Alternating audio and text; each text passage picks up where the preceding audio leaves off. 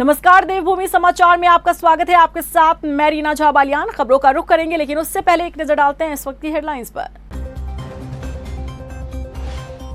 देहरादून में जमीनों की धोखाधड़ी के मामले में लिया गया एक्शन। सीएम धामी के आदेश पर सब रजिस्ट्रार रामदत्त मिश्रा को किया सस्पेंड। दस्तावेजों से छेड़छाड़ के मामले में जांच जारी। देहरादून स्मार्ट सिटी के कार्यों के खिलाफ कांग्रेस ने फिर खोला मोर्चा। सरकार और शासन पर लगाया कार्यों में हिला हवाली का आरोप। समय से काम पूरा न होने पर उग्र आंदोलन की चेतावनी। उत्तराखंड में पुलों के सेफ्टी ऑडिट में हुआ चौंकाने वाला खुलासा। राज्य के 86 पुलों पर मंडरा रहा खतरा। यातायात के लिए बंद किए गए पुल। उत्तरकाशी में धौंतरी उप तहसील के राजकीय इंटर कॉलेज से सामने आया अजीबोगरीब मामला। एक साथ चीखने, चिल्लाने और रोने लगी छात्राएं। शिक्षा विभाग ने बताया मास हिस्ट्रिया। और चलिए बुलेटिन की शुरुआत कर लेते हैं। उत्तराखंड में जमीन के दस्तावेजों के साथ हीरा फेरी मामला जैसे ही उजागर हुआ, इस पर जांच बैठा दी गई। भूमाफिया के साथ मिलकर रजिस्ट्रार कार्यालय में दस्तावेजों को ठिकाने लगाने के मामले में अब बड़ा एक्शन लिया गया है। देखिए रिपोर्ट। जमीन के दस्तावेजों में हेरा फेरी का मामला, दस्तावेजों के साथ छेड़छाड़ पर बड़ा एक्शन। सब रजिस्ट्रार को किया गया निलंबित। उत्तराखंड में किस तरह से जमीनों को ठिकाना लगाया जा रहा है, ये सच्चाई अब सबके सामने आ गई है। भूमाफिया रजिस्ट्रार कार्यालय में काम करने वाले अधिकारियों और कर्मचारियों के साथ मिलकर जमीनों के दस्तावेजों में छेड़छाड़ करने का काम करते रहे, लेकिन अब इस मामले में जांच की जा रही है। इसी बीच मामले में एक बड़ा एक्शन लिया गया है। रजिस्ट्रार कार्यालय देहरादून में अनियमितताओं पर सख्त एक्शन लेते हुए महानिरीक्षक निबंधन द्वारा सब रजिस्ट्रार को निलंबित किया गया। सब रजिस्ट्रार रामदत्त मिश्रा को तत्काल प्रभाव से निलंबित करने के आदेश महानिरीक्षक प्रबंधन अतुल कुमार शर्मा ने जारी किए। जानकारी के मुताबिक जमीन के दस्तावेजों में गड़बड़ी और अपने कर्तव्यों का पालन न करने के कारण ये एक्शन लिया गया। बता दें कि देहरादून में जमीनों के कागजों की हेराफेरी का मामला सामने आया था। मुख्यमंत्री धामी को कई दिनों से इस बारे में शिकायत मिल रही थी। मुख्यमंत्री ने अपने निरीक्षण के बाद 3 सदस्यीय SIT गठित की थी। ये बड़े गिरोह के रूप में और कई जगह पर जो रजिस्ट्री वाले रजिस्टर हैं, उन रजिस्टरों में कई जगह पर शिकायतें आई हैं कि उसके पन्ने बदल दिए गए हैं और जो असली जो उसका मालिक है उसका सारा डिटेल ही उसके अंदर से गायब कर दिया गया है। इसलिए इसमें SIT का गठन किया है, एक उच्च स्तरीय कमेटी बनाई है और मैंने स्वयं जाकर वहाँ पर देखा है। इस पर हम कड़ी कार्रवाई करेंगे, जिससे कि उत्तराखंड के अंदर जो अपना अच्छे तरीके से रहने वाले लोग हैं, जिनकी अपनी ज़मीनें हैं, अपना पुराना जायदाद है, उस पर किसी प्रकार का कोई संकट ना आए, उन पर मन में किसी प्रकार का संदेह न हो, वो निश्चिंत होकर यहाँ रहें। बता दें कि भूमाफिया रजिस्ट्रार कार्यालय में काम करने वाले कर्मचारियों के साथ मिलकर लोगों की जमीन को ठिकाना लगाने का काम करते रहे, लेकिन जैसे ही मामला उजागर हुआ, मामले में जांच शुरू कर दी गई। यहाँ तक कि दस्तावेजों में हेराफेरी के तार सहारनपुर कार्यालय से जुड़े पाए गए। बहरहाल इस मामले में देहरादून सब रजिस्ट्रार पर कड़ा एक्शन लेते हुए निलंबित कर दिया गया है। अब देखना होगा कि आगे इस मामले में किस तरह से कार्रवाई की जाती है। मुख्यमंत्री पुष्कर सिंह धामी से नेपाल से आए राजनेताओं के प्रतिनिधि मंडल ने मुलाकात की। सीएम आवास में मुख्यमंत्री धामी ने प्रतिनिधि मंडल का स्वागत किया और उनसे प्रदेश की योजनाओं और केंद्र सरकार के लिए किए जा रहे कार्यों पर चर्चा की। इस मुलाकात को लेकर मुख्यमंत्री ने बताया कि भारत और नेपाल मित्र राष्ट्र हैं। नेपाल से आए प्रतिनिधि मंडल के साथ भारत के विकास में नेपाल कैसे सहभागी हो सकता है, इससे संबंधित कई योजनाओं पर मंथन हुआ। सीएम ने बताया कि नेपाली प्रतिनिधिमंडल दल ने उन्हें नेपाल आने का आमंत्रण दिया है। हमारे पड़ोसी और मित्र राष्ट्र नेपाल के एक दल का पूरा एक उनका प्रतिनिधिमंडल यहाँ पहुँचा है, जो अनेकों जगह पर घूमने के बाद, लोगों से मिलने के बाद उत्तराखंड आया। आज हमसे भी उन्होंने मुलाकात की है, क्योंकि नेपाल और भारत दोनों में बहुत समानताएं हैं। उनकी और हमारी जो भविष्य की चुनौतियां एक समान हैं। इधर के सालों में माननीय प्रधानमंत्री मोदी जी के नेतृत्व में भारत तेज़ी से आगे बढ़ा है, तो उस प्रतिनिधिमंडल का यह भी मानना है, यह भी हमसे कहना है कि नेपाल को भी आगे बढ़ना चाहिए। हमने कहा है कि नेपाल को आगे बढ़ने के लिए हमारे स्तर पर जो भी उनके लिए सहयोग हो सकता है, हम उसमें अपना सहयोग करेंगे। नेपाल से आए 5 सदस्यों के प्रतिनिधि मंडल ने बीजेपी के प्रदेश कार्यालय में बीजेपी प्रदेश अध्यक्ष के नेतृत्व में पार्टी के कई वरिष्ठ नेताओं से मुलाकात की। प्रतिनिधि मंडल ने बीजेपी संगठन को समझने का काम किया कि किस तरह से देश की तरक्की में सत्तासीन पार्टी का संगठन काम कर रहा है। नेपाल प्रतिनिधि मंडल का नेतृत्व कर रही सीपीएन माओ सेंटर के उपाध्यक्ष पंफा भूषाल ने कहा कि उन्हें खुशी है कि आज भारत देश तरक्की कर रहा है और इस तरक्की का कुछ ना कुछ लाभ पड़ोस के देश को भी मिलेगा। ये छुट्टा थी, आपने बहुत अच्छे तरीके से मुझे समझा दिया। इतने प्रभावित हो गए हमने उनके काम से, यहाँ के मुख्यमंत्री के काम से, कि हम इससे बहुत लाभ नेपाल भी ले आएंगे। उन्होंने यहाँ के धार्मिक पर्यटन को के जिस तरह से बढ़ावा दे रहा है, उसके विकास कर रहा है, उसी के वजह से यहाँ के आर्थिक विकास में भी योगदान है। और यहाँ के पहाड़ी क्षेत्र के जो माइग्रेशन है उसके रोकने के लिए उन्होंने जिस तरीके से योजना बनाकर काम कर रहा है, हम बहुत खुश हैं। देश में किसानों के कल्याण के लिए केंद्र सरकार द्वारा चलाई जा रही किसान सम्मान निधि योजना के तहत किसानों को इस योजना की 14वीं किश्त जारी की गई है। इस मौके पर देश भर में किसान समृद्धि केंद्र भी खोले गए हैं। उत्तराखंड में भी 5 किसान समृद्धि केंद्र प्रस्तावित हैं, जिसके लिए कृषि मंत्री गणेश जोशी ने प्रधानमंत्री नरेंद्र मोदी का धन्यवाद किया। उन्होंने कहा कि प्रधानमंत्री नरेंद्र मोदी ने देश के अन्नदाता को मजबूत करने की दिशा में कड़े कदम उठाए हैं। देश की सीमा पर रक्षा करने वाले जवान की चिंता मोदी जी करते हैं। जहां यहाँ के युवा नौजवान की चिंता मोदी जी करते हैं। जहां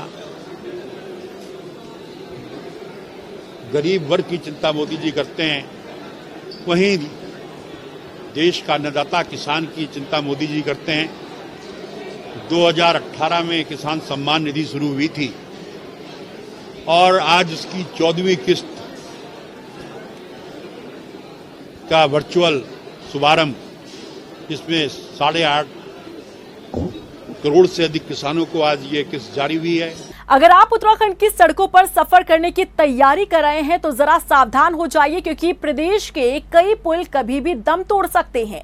कोटद्वार के मालन पुल टूटने के बाद जो सेफ्टी ऑडिट किया गया, उसमें राज्य भर के पुलों की स्थिति को लेकर चौंकाने वाला खुलासा हुआ है। देखिए रिपोर्ट। हो जाइए सावधान, उत्तराखंड के सफर पर निकलना आपके लिए हो सकता है जानलेवा। राज्य के 86 पुलों पर मंडरा रहा खतरा, कभी भी हो सकता है बड़ा हादसा। सेफ्टी ऑडिट में हुआ बड़ा खुलासा।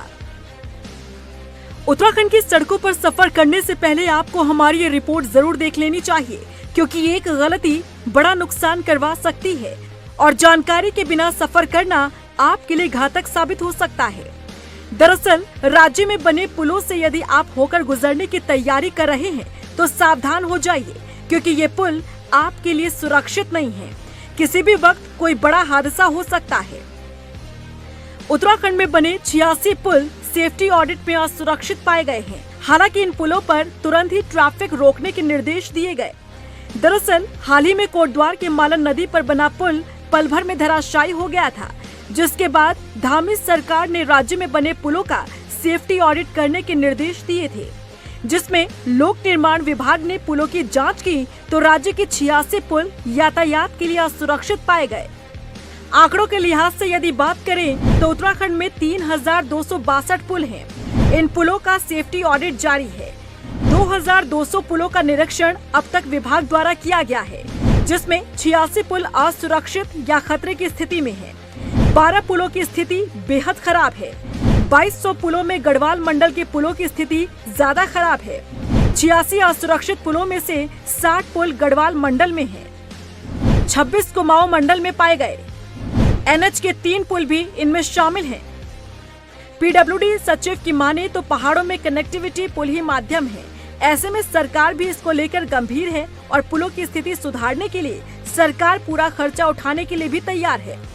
बहुत महत्वपूर्ण है, क्योंकि कनेक्टिविटी पहाड़ में तो पुल के माध्यम से कनेक्टिविटी होती है। एक वैली से एक तरफ से दूसरी तरफ जाना है तो सारा इशू जो है पुल से रिलेटेड है। तो क्योंकि 86 बड़ा नंबर है, लेकिन मेरा ये मानना है कि सारे पुल ऐसी स्थिति में नहीं होंगे जिसमें मेजर रिपेयर की आवश्यकता होगी। तो जो भी रिपेयर का इसमें खर्चा आएगा वो हम लोग प्रायोरिटाइज कर रहे हैं, उसको हम लोग स्टेट गवर्नमेंट से बियर करेंगे। जो बड़े रोड्स के ऊपर पुल हैं, जो बड़े पुल हैं हमारे, उनको मेंटेन रखना हमारी जिम्मेदारी है।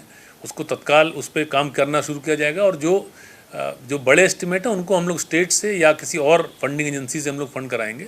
और जिनमें माइनर रिपेयर की आवश्यकता है, छोटे मोटे बजट की आवश्यकता है, उसको तत्काल रिलीज करके उनको तत्काल चालू किया जाएगा।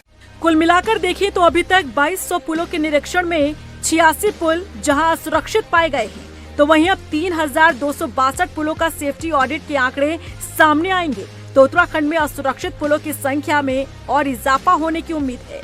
बता दें कि मालन नदी पर बना पुल जिस तरह से धराशायी हुआ, उसके पीछे अवैध खनन भी एक बड़ा कारण रहा।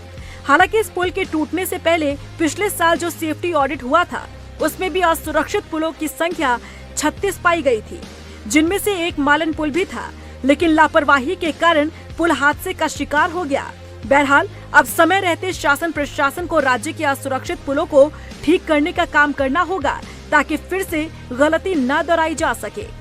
देहरादून में महानगर कांग्रेस के अध्यक्ष जसविंदर सिंह गोगी के नेतृत्व में सैकड़ों की संख्या में कांग्रेसी देहरादून के स्मार्ट सिटी मुख्यालय पर पहुंचे, जहां पर उन्होंने स्मार्ट सिटी मुख्यालय के सामने बैठक करके धरना दिया और कांग्रेस महानगर अध्यक्ष जसविंदर सिंह गोगी ने सरकार पर हमला करते हुए कहा कि हमने पहले भी बरसात से पहले स्मार्ट सिटी के कार्यों को पूरा करने की मांग की थी, लेकिन सरकार और अधिकारियों के कानों पर जूं तक नहीं रेंगी और अब स्थिति ये है कि स्मार्ट सिटी के नाम पर कहीं सीवर लाइन खोद दी जा रही है और सड़कों पर गड्ढे हो गए हैं, जिससे आए दिन हादसे हो रहे हैं। उन्होंने कहा कि अगर आगे समय से काम पूरा नहीं होता है तो कांग्रेस उग्र प्रदर्शन करेगी और मुख्यमंत्री आवास का घेराव भी किया जाएगा। देखिए, पहले भी हमने जिलाधिकारी महोदय मैडम को बताया था कि बरसात से पहले स्मार्ट सिटी के जितने भी कार्य हैं ये पूर्ण कर लिए जाएं, कि लोगों को बहुत समस्याएं हो रही हैं, लेकिन स्मार्ट सिटी के अधिकारियों की कान तक जूं तक नहीं रखी है। और आज अगर आप देखें पूरे देहरादून में गड्ढे इतने बढ़ गए हैं कि गड्ढे दिख रहे हैं, सड़क नहीं दिख पा रही है, जिससे रोज़ कोई ना कोई हादसा हो रहा है, दुर्घटना हो रही है, कोई पानी में नहर में बह जा रहा है, कोई किसी चोट लग जा रही है, रोज़ दुर्घटना हो रही है। इसी चीज़ को आज हम लोग यहाँ पे इकट्ठे हुए हैं और हमारी मांग है जिस व्यक्ति के साथ दुर्घटना होती है स्मार्ट सिटी उसको मुआवजा दे, और साथ ही साथ जितना शहर में पेंडिंग काम है स्मार्ट सिटी के नाम पे ये लोग छलावा कर रहे हैं, ये मात्र स्मार्ट नहीं है, वो स्मार्ट है। हल्द्वानी विधायक सुमित हृदयेश ने बरसात के मौसम में राज्य सरकार की व्यवस्थाओं को फेल बताया है। आपको बता दें कि आपदाग्रस्त क्षेत्रों के पुनर्वास और टूटी सड़कों को ठीक करने में देरी पर उन्होंने सवाल उठाए। विधायक ने कहा कि हर साल मौसम का पूर्वानुमान सरकार को पहले ही पता चलता है, उसके बावजूद जो नुकसान आपदा और बरसात की वजह से होता है उसके पुनर्निर्माण के लिए कोई बजट पास नहीं है। पिछले साल नैनीताल जिले में बारिश से हुए नुकसान की भरपाई आज तक नहीं हो पाई है। विधायक ने भूस्खलन की चपेट में आ रहे मकानों का भी जिक्र किया। देखिए, इसका पूर्वानुमान तो हर वर्ष ही होता है। अब आप देखिए, अभी 2 साल पहले ही ऐसी एक भयावह आपदा यहाँ आई थी जो नैनीताल जिले को जिसने अपनी गिरफ्त में लिया था। उसके बाद सरकार ने क्या कदम उठाए? डबल इंजन की सरकार और ये सरकार और ये नारा सबका साथ सबका विकास, लेकिन हमारी सड़कें टूट जाती है, कनेक्टिविटी टूट जाते हैं, गाँव हमारे जो होते हैं वो आपदाग्रस्त हो जाते हैं, पहाड़ों में आपदा आ जाती है। तो इसके लिए सरकार कोई पूर्व से तैयारी नहीं करती, रिएक्शन में तैयारी होती है कि जहां आपदा आ गई वहां पे लोग भेज देते हैं, एसडीएम डीएम जो भी हो, फिर जाके वो सरकार को बताते हैं। और सरकार पे कोष नहीं है, आपदा के राहत का जो कोष सरकार पे होना चाहिए, वित्तीय प्रबंधन वो नहीं है, तो अवश्य राज्य सरकार इस क्षेत्र में विफल रही है, मेरा ऐसा मानना है। गदरपुर सहकारी समिति में बीजेपी कार्यकर्ताओं ने प्रधानमंत्री नरेंद्र मोदी द्वारा लॉन्च की गई सल्फायुक्त यूरिया का लाइव प्रसारण देखा। लाइव प्रसारण देख रहे बीजेपी कार्यकर्ताओं ने सरकार की इस पहल की सराहना की। कार्यकर्ताओं ने कहा कि आज पीएम मोदी के नेतृत्व में किसान समृद्ध हो रहे हैं। आज जो हमारे प्रधानमंत्री किसान समृद्धि केंद्र पूरे भारतवर्ष में बनाए गए 1,25,00,000, तो उसका उद्घाटन माननीय प्रधानमंत्री मोदी जी द्वारा किया गया। इसमें जो बेसिक नीड है किसान की वो सब जो समृद्धि केंद्र में उसमें फुलफिल हो जाएगी किसानों की। महेंद्र जी, आज माननीय प्रधानमंत्री नरेंद्र मोदी जी द्वारा आज पूरे हमारे देश में 1,25,000 प्रधानमंत्री किसान समृद्धि केंद्रों का राष्ट्र को समर्पण किया है, क्योंकि ये जो राष्ट्र को समर्पण समृद्धि केंद्र बने हैं वो हमारे देश के लिए बहुत ही अच्छी पहल है। हरिद्वार पुलिस ने यूपी के सहारनपुर पहुंचकर यूकेपीएससी भर्ती घोटाले में फरार चल रहे आरोपियों के घर पर कुर्की की। पुलिस ने ढोल नगाड़ों के साथ मुनादी की कार्रवाई की। कुर्की कार्रवाई को लेकर एसएसपी अजय सिंह ने बताया कि माननीय न्यायालय के आदेश पर आरोपियों के घर पर मुनादी का नोटिस चस्पा किया गया था, जिसके बाद एक अभियुक्त ने सरेंडर किया, लेकिन आरोपी अनिल कुमार अब भी फरार है। आरोपियों द्वारा लगातार माननीय न्यायालय से जारी वारंट की अवहेलना करने पर एक्शन लिया गया है। ये उत्तराखंड पब्लिक सर्विस कमीशन में परीक्षा के प्रकरणों में मुकदमे दर्ज हुए थे। 2 एसआईटी के द्वारा विवेचना की जा रही थी।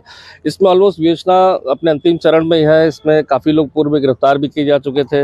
एक इसमें अनिल ओजस्वी करके अपराधी था जो लगातार फरार चल रहा था। जिसे कोर्ट से हमने गिरफ्तारी वारंट के साथ साथ इनाम भी घोषित किया था, लेकिन लगातार फरार रहने के कारण उसकी जो है कुर्की माननीय न्यायालय से प्राप्त करने के बाद आज उसकी कुर्की की गई थी। उसके घर पर जो भी इसके वैल्यूएबल सामान थे सभी कर लिया गया है। अभी भी उसकी गिरफ्तारी के प्रयास चल रहे हैं, लेकिन अभी जो हमारी विधिक प्रक्रिया थी आज उसको पूरा किया गया है। हल्द्वानी नगर निगम की यूजर चार्ज कलेक्शन और स्वच्छता के प्रति जागरूक करने वाली बैनी सेना देश में दूसरे नंबर पर आई है। मुख्य नगर आयुक्त ने बताया कि बैनी सेना 57 स्वयं सहायता समूह से बनी है, जिसमें 570 महिलाएं शहर में स्वच्छता के स्तर को बढ़ाने में अपनी भागीदारी दे रही है। पंकज उपाध्याय ने बताया कि बैनी सेना नवंबर 2022 से शहर के 57 वार्डों में यूजर चार्ज का कलेक्शन और सफाई व्यवस्थाओं का निर्वहन कर रही है। जो नगर निगम स्वच्छता के काम करता है उसकी तृतीय पक्ष की निगरानी की गई। यूजर चार्ज को कलेक्ट किया गया। गली मोहल्लों में जा करके सफाई की स्थिति को देखा गया। जहां पर कमियां थी उसको आइडेंटिफाई किया गया, उसको दूर किया गया। गाड़ियों की जो हमारे कूड़ा पर गाड़ियाँ होती हैं उसकी रीच बढ़ाई गई। सभी क्षेत्रों में हमने काम किया और एक उसका बड़ा प्रभाव हमें बरसात के दिनों में देखने को मिला कि हमारे ड्रेन साफ़ रहे हैं। जहां साफ़ नहीं थे उनको साफ़ करा लिया गया। बड़े पैमाने पर ड्रेन के अंदर कूड़ा नहीं पड़ पाया पिछले 9 महीनों के अंदर, जिस कारण से इस बार ड्रेन साफ़ रहे हैं और जल भराव की स्थिति देखने को अभी तक नहीं मिली है। तो मेरा ये मानना है कि जो अभिनव प्रयास हमारी जो स्वयं सहायता समूह की बहनें हैं उनको लेकर के किया गया, उसका एक बड़ा लाभ शहर को मिल रहा है। टिहरी में मूसलाधार बारिश ने बाल गंगा घाटी में आपदा को न्योता दे दिया है। नगर पंचायत चमियाला के वार्ड नंबर 1 लाटा में मलबा आने से कई घर क्षतिग्रस्त हो गए, जबकि मुख्य मार्ग घनसाली बूढ़ा केदार भी 6 घंटे तक बाधित रहा। ऐसे में ग्रामीण प्रशासन और सरकार से विस्थापन की मांग कर रहे हैं। प्रदर्शन कर रहे ग्रामीणों को जिलाधिकारी ने हर संभव मदद का आश्वासन दिया है। हमें विस्थापन कर दो, कहीं हमारे पास कहीं रहना नहीं है। अब हम बहुत परेशान है। तो इन लोगों ने कभी नहीं तो आपके से लगातार आ रहे हैं, आज ज़्यादा ही आ रहे हैं। पहले तो कुछ नहीं थी, लेकिन 2013 से ये लगातार जो हमारे ऊपर आपदा बरस रही है और प्रशासन ने जो राजराजेश्वरी मार्ग कांगड़ा पे टच किया उसका पूरा मलबा डाल के हम लोग अब हर दिन हर हफ्ते यहाँ पे एक नई आपदा आ रही है। हम प्रशासन से चाहते हैं कि ये लोग हमको जो है यहाँ से विस्थापित कर दें और हमें इनसे कोई शिकायत नहीं है। लेकिन इनके जो भी लोग यहाँ पे आ रहे हैं 2013 से अपने वादे कर रहे हैं, लेकिन कोई भी पूरा नहीं कर पा रहा है। रुड़की में नाराज पार्षद और स्थानीय लोगों ने खराब सड़क के खिलाफ प्रदर्शन किया। विरोध कर रहे लोगों ने मेयर गौरव गोयल की शव यात्रा निकाली। लोगों ने आरोप लगाया कि क्षतिग्रस्त सड़क की वजह आए दिन हादसे होते रहते हैं, लेकिन यहां मेयर साहब सड़कों को दुरुस्त करने के लिए टेंडर निकालने में असफल हैं। कैसे उसने कल अपनी बाइट में परसों ये कहा कि पार्षद नीच है। आप देख लीजिए भाई, हम अभी इसमें मुकदमा भी कराएंगे कि हम नीच है या नहीं है। नीच है या गलती कर रहे हैं वो खुद कर रहे हैं, उनके पास पावर है। वो चेयरमैन है निर्माण कमेटी के, वो टेंडर निकालने के चेयरमैन है। पार्षद सिर्फ प्रस्तावक है, वो अपने प्रस्ताव देता है और जिसने पार्षद ने अपने प्रस्ताव नहीं दिए हुए मैं उसका जिम्मेवार हूँ। जितनी सड़कें टूटी उसके प्रस्ताव आए। गदरपुर के खेड़ा गांव में किसानों ने जल निगम के खिलाफ प्रदर्शन किया। दरअसल जल निगम क्षेत्र में मौजूद जमीन पर पानी की टंकी बनाने जा रहा है, लेकिन किसान उस जमीन को अपनी बता रहा है। किसान आरोप लगा रहे हैं कि आबादी वाली भूमि को जल निगम ने सरकारी भूमि दर्शा दिया है, जिस पर टंकी बनाई जा रही है। देखिए, ये किसान जो है यहाँ 40, 42, 45 सालों से काबिज हैं। इनकी पीढ़ियाँ इस पर काबिज हैं और इसमें इनका मकान बना हुआ है। 4 दीवारी हो रखी है इस जगह पर और इसमें ढोर डंगर सारा अपना काम करते हैं, रहते भी हैं। और ये जल निगम के द्वारा यहाँ आकर के इनको कहा जा रहा है कि इस जगह को छोड़िए, हम इस पर टंकी बनाएंगे। जबकि सरकार ने हमें साफ पहले भी जब सरकार ने ये जो किया था कि बंजर की या भूमि दूसरी निकालेंगे, तो सरकार ने हमें कहा था किसी को नहीं उजाड़ा जाएगा, किसी की भूमि नहीं निकाली जाएगी। और इसी के साथ फिलहाल इस बुलेटिन में बस इतना ही, लेकिन चलते चलते एक नजर डालते हैं इस वक्त की हेडलाइंस पर। देहरादून में जमीनों की धोखाधड़ी के मामले में लिया गया एक्शन। सीएम धामी के आदेश पर सब रजिस्ट्रार रामदत्त मिश्रा को किया सस्पेंड। दस्तावेजों से छेड़छाड़ के मामले में जांच जारी। देहरादून स्मार्ट सिटी के कार्यों के खिलाफ कांग्रेस ने फिर खोला मोर्चा। सरकार और शासन पर लगाया कार्यों में हिला हवाली का आरोप। समय से काम पूरा न होने पर उग्र आंदोलन की चेतावनी। उत्तराखंड में पुलों के सेफ्टी ऑडिट में हुआ चौंकाने वाला खुलासा। राज्य के 86 पुलों पर मंडरा रहा खतरा। यातायात के लिए बंद किए गए पुल।